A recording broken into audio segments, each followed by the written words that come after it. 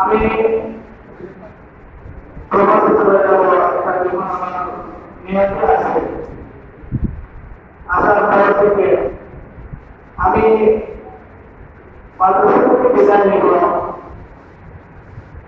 এটা তো প্রবাসে চলে গেলে এটা করতেই হবে, কারণ প্রবাসে থেকে তো মাদ্রাসার ব্যবস্থা সম্ভব না।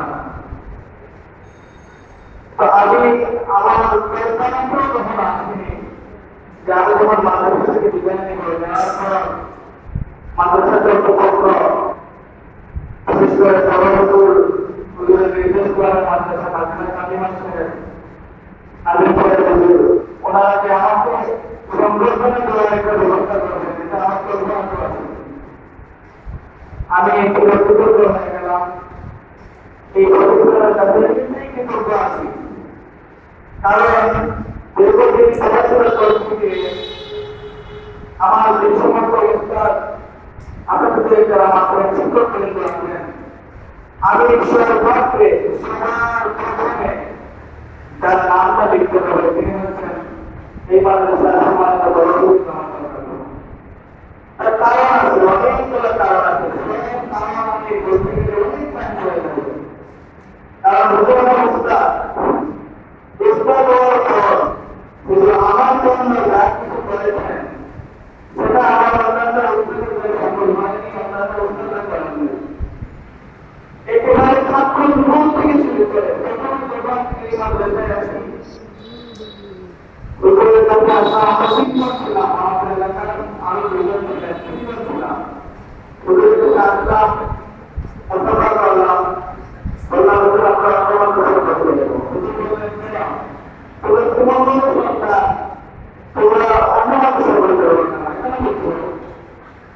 তখন আমরা বলছিলাম যে এখানে করতে সম্ভব না, কারণ অনেক টাকা পয়সা লাগে, খানা খরচ লাগে, ভর্তি ভিতরে বেশি, এগুলো দিয়ে আমাদের সম্ভব হবে না। হুজুর তোমরা বলতে দেন তোমরা তোমরা করবে রাজস্থান সন্তান, তোমরা যদি এই কথা বলো টাকা করবে আমাকে ভিতরে ভর্তি না হয়, এটা কেন না? তোমরা বলতে পারো টাকা পয়সা নেই না। আমাদের সেই সমস্ত ছাত্র জমান আপনি অনেক কিছু সাহায্য দিয়েছেন, এই মাদ্রাসায় পড়াশোনা করেছি, টাকা পয়সার কোনো বিষয় আমাদের কিছু ছিল না। পড়াশোনার জমানা ছাত্র জমানার মধ্যে অনেক কিছু সাহায্য করেছেন, এগুলো করতে গেলে অনেক টাইম চলে যাবে। পূর্বের ভিতরে দেখলাম যখন দেখলাম চোখের স্তরগুলো ঘুরে আসে, খুব সুন্দর। এটা নিয়ে বলতাম পরীক্ষা গেলে শিশু সমাধান করে করতাম, এই ছাত্র জমানা থেকে শুরু করে আজ অবধি যা করেছেন হুজুরের কাছে ঋণী হয়ে গেলাম। এই ঋণ পরিশোধ করার কৌশল আমার তখন হবে না, আমি জানি মৃত্যুর প্রথম মুহূর্ত পর্যন্ত হুজুরের ঋণ পরিশোধ করতে পারবো না। শেষ পর্যন্ত শিক্ষকতার জামানায় যখন শিক্ষক ছিলাম অনেক আমার সম্পর্ক রয়েছে, কিন্তু হুজুর আমার ক্ষেত্রে আমি বলব শিক্ষার ভূমিকায় অবতীর্ণ হয় পুত্রের মতো দেখে সব কিছু দেখেছেন, সকলে আমারও নিজের কাছে আমাকে জেনে নিয়েছেন। এটাও আমার কাছে এটা পেতাম না, কিন্তু ওস্তাদ হওয়ার কারণে হুজুর আমাকে এরকম আচরণ করেছেন। শেষ পর্যন্ত আমার বিয়ে পর্যন্ত হুজুর যা করেছিলেন এটাই আমার ভালো। আমার মা আমাকে বলতে করতেছেন তুমি আগে বলছো না আমি ইসলামের আমি বললাম আমি জানি না কি বলেছি, বলে হুজুর আমার বাড়িতে আর বললাম জানতে পারি না। তো হুজুর পরিশ্রম করেছেন, অনেক বেশি পরিশ্রম করেছেন আমার জন্য। আল্লাহ যাতে হুজুরকে জাযায়ে খয়র দান করেন। হুজুরের জন্য আমার দেওয়ার কোনো কিছুই নাই, একমাত্র দোয়া ছাড়া। দোয়া করতে পারি আল্লাহ আমরা দোয়া করতে পারবো, এটুকু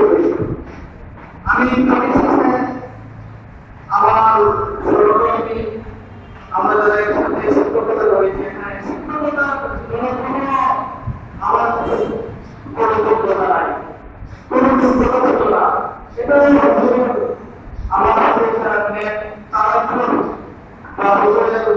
সুযোগ দান, আমি সুযোগ দিয়েছেন যেখানে শিক্ষকতার আমার না দেখতে পেরেছি, তখন শিক্ষকতা করার কোনো যোগ্যতাই আমার নাই।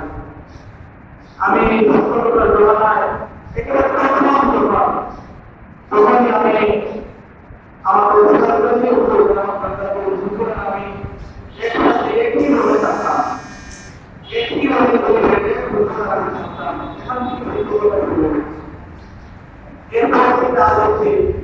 আমি ছিলাম কত আমি একটি আকারে গ্রহণ করি, তুমি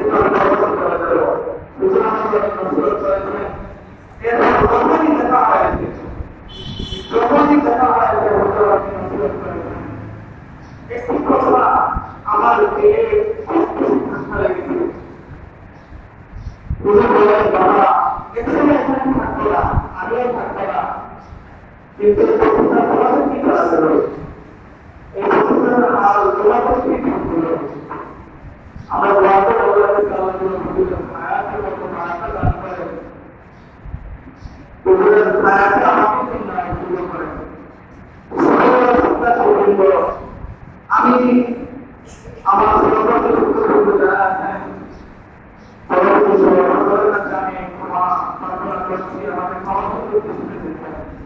আমি এত ভালোবাসলাম এই কথাটা আমার কথাবার্তা মেজাজ করা ছিল।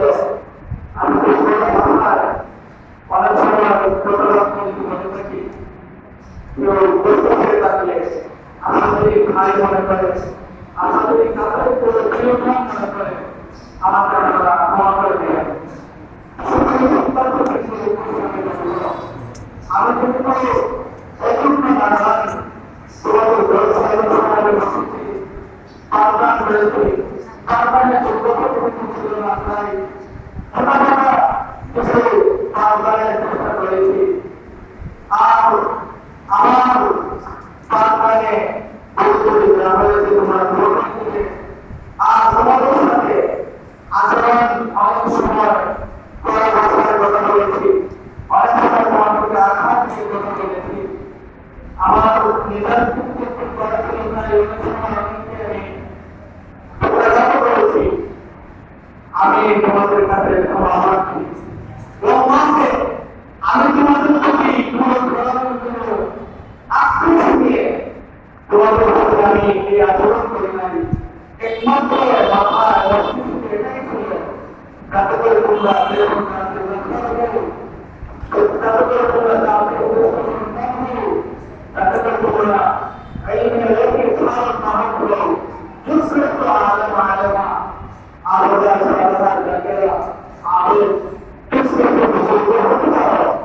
এটাই মাথায় কাজ করতে এজন্য অনেক সময় তোমাদের তোমাদের আচরণ বুদ্ধি আমার কাছে যখন অসম্ভব আমার মতো আমার কাছে যখন এই আচরণটা তখন আমি অনেক করা হয় অনেক তোমাদের আমি আঘাত পেয়েছি।